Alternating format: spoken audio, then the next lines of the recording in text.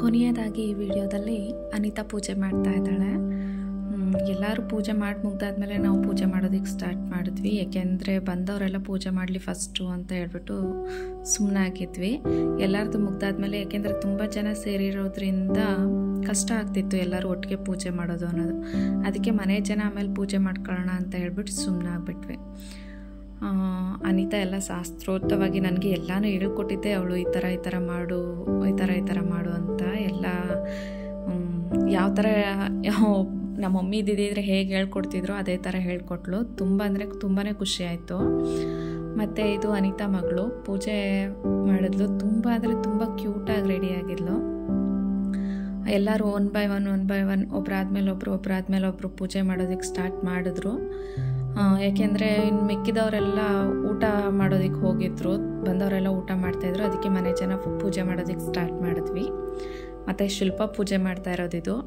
ನಿಜವಾಗ್ಲೂ ಶಿಲ್ಪನಿಗೆ ಇಷ್ಟೆಲ್ಲ ಗೊತ್ತಿರ್ತದೆ ಅಂತ ನನಗೆ ಅವತ್ತೇ ಗೊತ್ತಾಗಿತ್ತು. ಏಕೆಂದರೆ ನಮ್ಮ ಧರ್ಮಗಳು ಬೇರೆ ಆದ್ರೂ ನಮ್ಗೆ ಯಾವತ್ತೂ ಆ ಥರ ಅನಿಸೇ ಇಲ್ಲ. ಇದು ನಮ್ಮ ಧರ್ಮಗಳು ಬೇರೆ, ನಾವು ಬೇರೆ ಬೇರೆ ಅಂತ. ಅಷ್ಟು ನಾವು ಚಿಕ್ಕದ್ರಿಂದನೂ ಕೂಡ ನಾವು 8th ಸ್ಟ್ಯಾಂಡರ್ಡ್ ಓದಬೇಕಾದ್ರೆ ಹೇಗಿದ್ವು ಇವಾಗ್ಲೂ ಕೂಡ ಹಾಗೇ ಇದ್ದೀವಿ. ನಮ್ಗಳ ಮತ್ತೆ ಯಾವುದೇ ಕಾರಣಕ್ಕೂ ಧರ್ಮ ಅನ್ನೋದು ಬಂದಿಲ್ಲ. ಮತ್ತು ಅವಳದು ಯಾವುದೇ ಫಂಕ್ಷನ್ ಇದ್ರೂ ಅಷ್ಟೇ ಇಷ್ಟೇ ಚೆನ್ನಾಗಿ ಬೆರಿತೀವಿ. ನಮ್ಮ ಮನೇಲಿ ಯಾವುದೇ ಫಂಕ್ಷನ್ ಇದ್ರೂ ಅಷ್ಟೇ ಇಷ್ಟೇ ಚೆನ್ನಾಗಿ ಬೆರಿತೀವಿ. ಇದು ನನ್ನ ತಮ್ಮ ಮಗಳ ಕೈಲಿ ಪೂಜೆ ಮಾಡಿಸ್ತಾ ಇದ್ದಾನೆ. ತುಂಬ ಅಳ್ತಾಯಿತ್ತು ಪಾಪು. ಏನು ಮಾಡೋಕ್ಕಾಗಲ್ಲ, ಏಕೆಂದರೆ ಪೂಜೆ ಮಾಡಿಸ್ಲೇಬೇಕಲ್ವಾ. ನನ್ನ ಮಗಳಿಗೆ ಮೊದಲನೇ ಪೂಜೆ ಇದು. ಅದಕ್ಕೋಸ್ಕರ ಅವನೇ ಪೂಜೆ ಮಾಡಿಸ್ತಾ ಬೇರೆ ಯಾರು ಎತ್ಕೊಂಡ್ರು ತುಂಬ ಅಳ್ತಾಯಿದ್ಲು ಅಂತ ಹೇಳ್ಬಿಟ್ಟು ಅವ್ರ ಅಪ್ಪನ ಕೈಲೇ ಕೊಟ್ಬಿಟ್ಟಿದ್ವಿ. ಅವಳಿಗೆ ತುಂಬ ಹುಷಾರಿರಲಿಲ್ಲ ಕೂಡ. ಅದರಿಂದ ಬೇರೆ ಯಾರು ಎತ್ಕೊಂಡ್ರು ಕೂಡ ಅವಳು ಇರ್ತಾ ಇರಲಿಲ್ಲ, ತುಂಬ ಅಳ್ತಾಯಿದ್ಲು. ಅದಕ್ಕೋಸ್ಕರ ಅವ್ರ ಅಪ್ಪನ ಹತ್ರನೇ ಬಿಟ್ಬಿಟ್ಟಿದ್ವಿ ಅವಳನ್ನು. ಅವನಿಗೆ ಅದೇ ಕೆಲಸ ಆಗಿತ್ತು. ಇದು ಅನಿತನ ಮಗಳು ಶಿಲ್ಪನ ಮಗನಿಗೆ ಕಂಕಣ ಕಟ್ಟುತ್ತಾ ಇರೋದು. ಇಬ್ಬರೂ ಅಷ್ಟೇ ಅಷ್ಟು ಕ್ಯೂಟಾಗಿದ್ರು, ಅಷ್ಟು ಚೆನ್ನಾಗಿ ಓಡಾಡ್ತಾಯಿದ್ರು. ಇದು ಹೊಸ ಜಾಗ ಅಂತಲೇ ಅನಿಸಿಲ್ಲ ಅವ್ರಿಗೆ, ಅಷ್ಟು ಮಟ್ಟಿಗೆ ಓಡಾಡ್ತಾಯಿದ್ರು. ಇದು ನನ್ನ ತಮ್ಮನ ಹೆಂಡತಿ ಸುಪ್ರೀತಾ ಅಂತ. ಇವಳು ಅಷ್ಟೇ ಎಲ್ಲ ಕೆಲಸ ಎಲ್ಲ ಮಾಡಿಕೊಂಡು ಓಡಾಡಿಕೊಂಡು ಕೊನೆಯಲ್ಲೇ ಪೂಜೆ ಮಾಡಿದ್ಲು. ಎಲ್ಲ ಪೂಜೆ ಮುಗ್ದಾದ್ಮೇಲೆ ಇವಳು ಪೂಜೆ ಮಾಡಿದ್ಲು. ಇದು ನನ್ನ ತಮ್ಮನ ಪಾಪು. ಕ್ಯೂಟಾಗಿ ನಡೆಯೋಕ್ಕೆ ಬರಲ್ಲ, ಆದರೂ ಓಡಾಡಿಸೋದು ಮನೆ ತುಂಬ, ನಗೋದು ಅಳೋದು. ಏಕೆಂದರೆ ತುಂಬ ಹುಷಾರಿರಲಿಲ್ಲ. ಬಂದು 2 ದಿನಕ್ಕೆ ತುಂಬ ಸಣ್ಣನೂ ಆಗೋದ್ಲು. ಜರ್ನಿ ಮಾಡಿದ್ದು ಟಯರ್ಡೋ ಏನೋ ಪಾಪುಗೆ. ತುಂಬ ಅಂದರೆ ತುಂಬ ಕಷ್ಟ ಆಗೋಗಿತ್ತು ಅವಳಿಗೆ. ಏನು ಮಾಡಬೇಕು ಏನು ಅಂತಲೇ ಗೊತ್ತಾಗಲಿಲ್ಲ ನಮಗೆ. ಆಸ್ಪತ್ರೆ ಕರ್ಕೊಂಡು ಸುತ್ತದೇ ಕೆಲಸ ಆಗೋಯ್ತು. ಇದು ನಾನು ಎಲ್ಲರಿಗೂ ಕಂಕಣ ಕಟ್ಟುತ್ತಾ ಇರೋದು. 9 ಜನ ಮುತ್ತೈದೆಯರಿಗೆ ನಾನು ಬಾಗ್ನ ಕೊಟ್ಟೆ. ಅದು ಕಂಕಣ ಕಟ್ಟುತ್ತಾ ಇರೋದು. ಎಲ್ಲರಿಗೂ ಕಂಕಣ ಕಟ್ಟಿ ಅರಿಶಿನ ಕುಂಕುಮ ಕೊಟ್ಟು ಮತ್ತು ಅಕ್ಷತೆ ಕೊಟ್ಟು ಒಂದು ಕಡೆಯಿಂದ ಎಲ್ಲರಿಗೂ 9 ಜನಕ್ಕೂ ಕಂಕಣ ಕಟ್ಟಿ ಒಬ್ಬೊಬ್ರಿಗೆ ಎಲ್ಲರಿಗೂ ಹೇಳ್ಕೊಟ್ಟು ಈ ಥರ ಹೇಳಬೇಕು ಅಂತ. ಏಕೆಂದರೆ ಬಾಗ್ನ ಕೊಡಬೇಕಾದ್ರೆ ಒಂದು ಮಾತು ಹೇಳ್ತಾರೆ, ಮುತ್ತೈದೆ ಬಾಗ್ನ ಕೊಡು, ಮುತ್ತೈದೆ ಬಾಗ್ನ ತಗೋ ಅಂತ. ಇಲ್ಲೆಲ್ಲರೂ ತಮಿಳನ್ಸೆ ಆಗಿರೋದ್ರಿಂದ ಕನ್ನಡ ಒಬ್ರಿಗೆ ಮಾತ್ರ ಬರ್ತಾಯಿತ್ತು ಇಲ್ಲಿ ಅಷ್ಟೆ. ಅದು ಫಸ್ಟ್ ಕೂತಿದ್ದಾರೆ ಗ್ರೀನ್ ಕಲರ್ ಸ್ಯಾರಿ ಹಾಕಿ, ಅವ್ರಿಗೆ ಮಾತ್ರ ಕನ್ನಡ ಬರ್ತಾಯಿತ್ತು. ಇನ್ನು ಯಾರಿಗೂ ಕೂಡ ಕನ್ನಡ ಅನ್ನೋ ಗಂಧ ಗಾಳಿನೂ ಗೊತ್ತಿಲ್ಲ. ಅವ್ರಿಗೆಲ್ಲ ಕನ್ನಡದಲ್ಲೇ ಹೇಳ್ಕೊಟ್ಟು ತಮಿಳಲ್ಲೇ ಹೇಳ್ಕೊಡು ಅಂತ ಹೇಳಿದ್ರು. ಆದ್ರೂ ನಾನು ತಮಿಳ್ನಲ್ಲಿ ಹೇಳ್ಕೊಡ್ಲಿಲ್ಲ, ನನಗೆ ಕನ್ನಡದಲ್ಲೇ ಹೇಳ್ಕೊಡ್ತೀನಿ ಅಂತ ಹೇಳ್ಬಿಟ್ಟು ಕನ್ನಡದಲ್ಲೇ ಹೇಳ್ಕೊಟ್ಟೆ.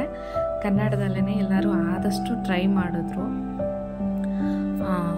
ಸುಮಾರಾಗಿ ಬಂತು, ಎಲ್ಲರಿಗೂ ಅಷ್ಟೊಂದು ಬರಲಿಲ್ಲ ಅಂದರೆ. ಯಾಕೆಂದರೆ ತಮಿಳ್ ಮಾತಾಡಿದವ್ರಿಗೆ ಕನ್ನಡ ಮಾತಾಡಬೇಕು ಅಂದರೆ ಬಾಯಿ ನಾಲ್ಗೆ ಹೊರಳೋದಿಲ್ಲ ಅಂತಾರೆ. ಅವ್ರಿಗೆ ಸುಮಾರು ನಮ್ಮದ್ರಲ್ಲಿ ಇರೋಂಥ ಪದಗಳು, ಸುಮಾರು ಪದಗಳು ಅವ್ರಿಗೆ ಇರೋದಿಲ್ಲ. ಇವಾಗ ಎಕ್ಸಾಂಪಲ್ ಹೇಳ್ತೀನಿ. ರಶ್ಮಿಕಾ ಮಂದಣ್ಣ ಅಂತ ಕರಿತೀವಿ ಮೂವಿನಲ್ಲಿ ಆ್ಯಕ್ಟರ್ಸ್ ಇದ್ದಾರಲ್ಲ ಅವ್ರನ್ನ. ಆದರೆ ಇವರು ರಾಶ್ಮಿಕಾ ಮಂದಣ್ಣ. ಮತ್ತು ನಾವು ಯಶ್ ಅಂತ ಹೇಳಿದ್ರೆ ಅವರು ಯಾಶ್ ಅಂತ ಹೇಳ್ತಾರೆ. ನಾವು ಮಂಡ್ಯ ಅಂತ ಹೇಳಿದ್ರೆ ಅವರು ಮಾಂಡ್ಯ ಅಂತ ಹೇಳ್ತಾರೆ. ಅವ್ರಿಗೆ ಕಾಗ ಮತ್ತು ಪಾಬ ಇದು ವ್ಯತ್ಯಾಸ ಇರೋದಿಲ್ಲ, ಎರಡೂ ಒಂದೇ. ಸೊ ಅದರಿಂದ ನನಗೆ ಸ್ವಲ್ಪ ಕಷ್ಟ ಆಯಿತು ಅವ್ರಿಗೆ ಹೇಳ್ಕೊಟ್ಟು ಎಲ್ಲ ಮಾಡಿಸೋಷ್ಟರಲ್ಲಿ. ಇನ್ನೆಲ್ಲ ಸುಸೂತ್ರವಾಗೇ ನಡೀತು, ಏನೂ ತೊಂದರೆ ಇಲ್ಲ. ಎಲ್ಲರಿಗೂ ಮುತ್ತೈದೆ ಬಾಗ್ನ ಕೊಡು, ಮುತ್ತೈದೆ ಬಾಗ್ನ ತಗೋ, ಈ ಡೈಲಾಗ್ನ ಕೊಟ್ಟು ಒಬ್ಬೊಬ್ರಿಗೂ ಹತ್ರನೂ ಹೋಗೋದು, ಹೇಳ್ಕೊಡೋದು, ಮತ್ತು ಅವ್ರ ಕೈಲಿ ಹೇಳ್ಸೋದು, ಬಾಗ್ನ ಕೊಡೋದು, ಇದೇ ಆಗೋಯ್ತು.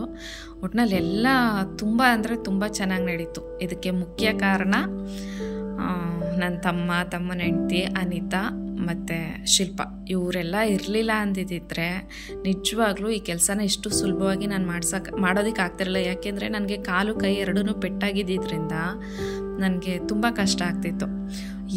ಹೇಗೋ ಒಳ್ಳೆ ರೀತಿಲಿ ಎಲ್ಲದೂ ಮುಗೀತು. ತುಂಬ ಖುಷಿಯಾಯಿತು. ಎಲ್ಲ ಬಂದವರೆಲ್ಲ ತುಂಬ ಖುಷಿಯಿಂದ ಹೋದರು. ಅದೇ ಒಂದು ದೊಡ್ಡ ಖುಷಿ, ಇನ್ನೇನು ಹೇಳೋದಕ್ಕಾಗುತ್ತೆ. ತುಂಬ ಅಂದರೆ ತುಂಬ ಸಂತೋಷ ಆಯಿತು. ಮತ್ತು ಎಲ್ಲರಿಗೂ ಅಕ್ಷತೆ ಕೊಟ್ಟು ಒಂದೇ ಜಾಗದಲ್ಲಿ ನಿಲ್ಲಿಸಿ, ಎಲ್ಲರನ್ನೂ ಕರೆದು ಒಂದೇ ಜಾಗದಲ್ಲಿ ನಿಲ್ಲಿಸಿ ಆಶೀರ್ವಾದ ತಗೊಂಡೆ. ಯಾಕೆಂದರೆ ಒಬ್ಬೊಬ್ರು ಕಾಲ್ಗೂ ಬೀಳ್ತಾ ಇದ್ದರೆ ಮತ್ತು ಅವ್ರಿಗೂ ಟೈಮ್ ಆಗುತ್ತೆ. ಯಾಕೆಂದರೆ ತುಂಬ ಬೆಳಗ್ಗೆ ಬಂದವರು ಸಂಜೆ ತನಕ ವೆಯ್ಟ್ ಮಾಡಿದ್ದಾರೆ. ಅದಕ್ಕೋಸ್ಕರ ಎಲ್ಲ ಎಷ್ಟು ಸಾಧ್ಯನೋ ಅಷ್ಟು ಬೇಗ ಕಳಿಸ್ಕೊಡೋಣ ಅಂತ ಹೇಳ್ಬಿಟ್ಟು ಈ ಥರ ಮಾಡಿದೆ.